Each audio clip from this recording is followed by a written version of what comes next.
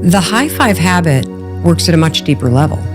It solves what I believe is everybody's core issue and problem. And that is the issue and the habit of hating yourself, of criticizing yourself, of not liking yourself, of beating yourself up. And as successful as I've become, and as much as I've accomplished, it wasn't until I stumbled into the high five habit that I truly confronted the fact that in spite of all that success, I still didn't like myself. I still judged the woman in the mirror. I was still in many ways betting against myself by constantly beating the hell out of myself, and it was a habit. And I think it's every single human being's experience. I don't care how successful you are. And so the high five habit is very, very simple. I'm on a mission to get every single human being on the planet to add high-fiving themselves in the mirror to their morning routine. Look at yourself in the mirror, raise your hand and send yourself into your day, knowing that you have your own back, knowing that no matter what happens today, you will be here, there to support you and encourage you, no matter what, because you haven't been. And the way I discovered it, I was just at a moment where I was overwhelmed by my life. I just woke up morning after morning feeling the weight of the world on my shoulders, feeling like if one more thing happened, I just can't cope. I think that that's something that we all feel at times in our life, where you just feel lost in your life, just this feeling of I just can't take it. I just don't know how I'm going to deal with the demands of my life. And that was me. And so one morning I'm standing in my bathroom and I look at myself in the mirror and my first thought is, oh my God, you look like hell. And then I immediately, out of habit, start picking my appearance apart. And the second your mind goes negative, you already alluded to this, it's like, more negative thoughts climb on. And so then I drift into my day. And it's not like, yes, it's like, why did I get up so late? And just the beat down begins. And I believe that my experience that morning is everybody's experience. And I know based on research that it is. That we talk a big game about gratitude and meditation and morning routines, but we've skipped this one thing that's happening in everybody's morning routine, and it's a habit of self-rejection, of self-criticism. And every human being has it. I don't know what came over me, but for whatever reason, again, I think it was probably divine intervention. I just raised my hand and I gave the woman in the mirror a high five because she looked like she needed one. That very first one, I actually laughed because it was so cheesy. And then I felt like a switch flip. I didn't even think any words, but energetically, I felt myself go from feeling defeated to sort of come on now.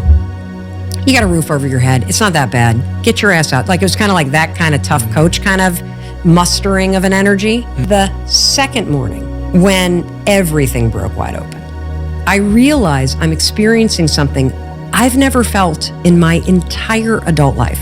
I've felt excited because the experience of high-fiving yourself is more than a gesture. It creates partnership. And there's a sense that you're returning home.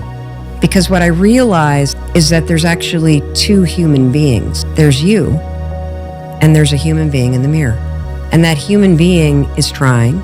They've been there a long time, and they've been waiting for you to wake up and to see them. They're tired of your constant negativity.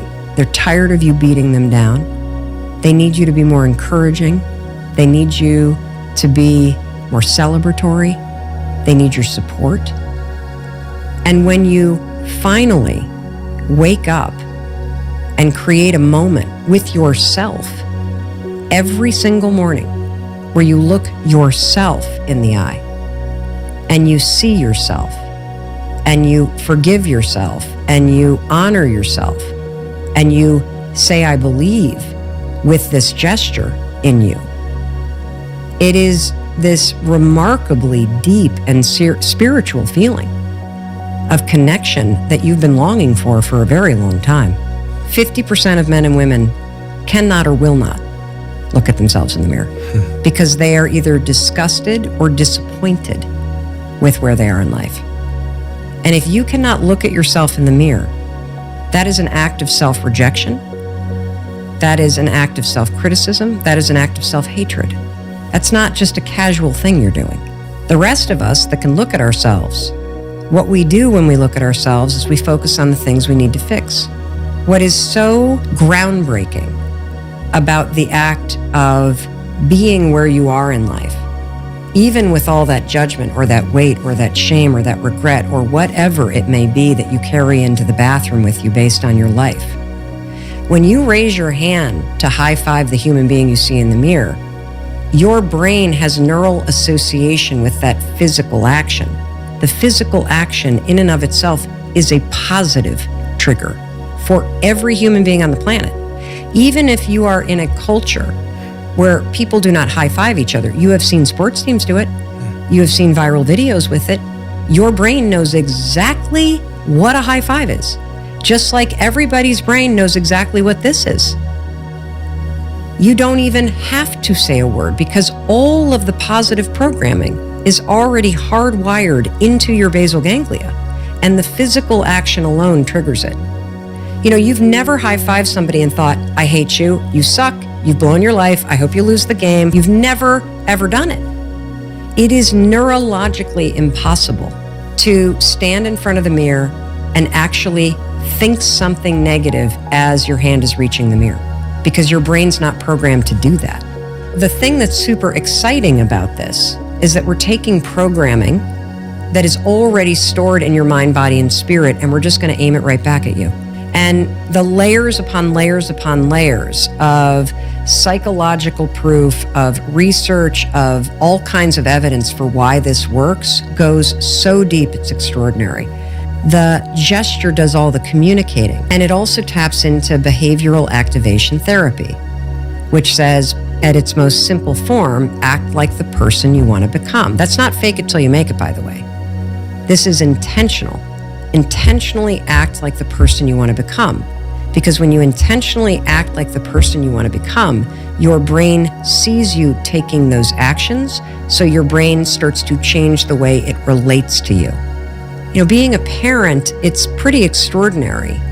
You have this experience when you become a parent. When your kids screw up, you might be annoyed or regret what they did, but you don't stop loving them.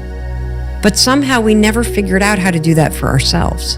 And I think that's why life is hard. I think that's why people don't feel inspired and motivated.